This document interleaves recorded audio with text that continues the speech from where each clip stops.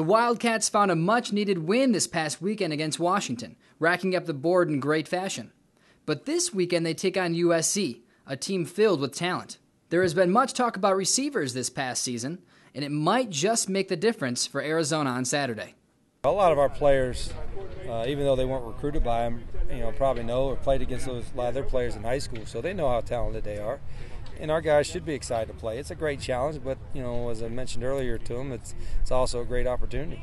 The best thing about this whole group and the fun thing about coaching them is I coach for a head coach that allows us to coach and a guy that believes in the best guys play, based on how they practice as well as their production in the game.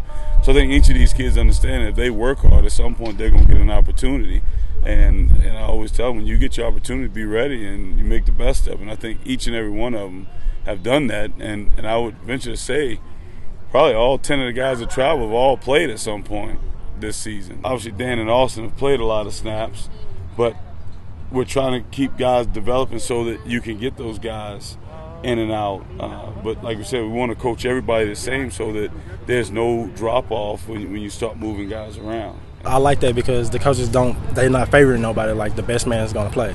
So whoever doing the best in practice is going to play. So then that doesn't give you a reason to get mad at a coach or blame a coach for saying he's not doing his job. So they put it all on your shoulders. So if you're not working, then you won't play. So I look at it as we all competing and we all like brothers. So once another brothers go down, another one got to step up and not take his spot, but do what he can in that position to do what he can for the offense. So I don't look at it as if, he took my spot or he took his spot. I look at it as we sharing and we competing and we all play the same position. So with these coaches, if somebody has a good week, they might start over somebody who had the average week. So it's always fun.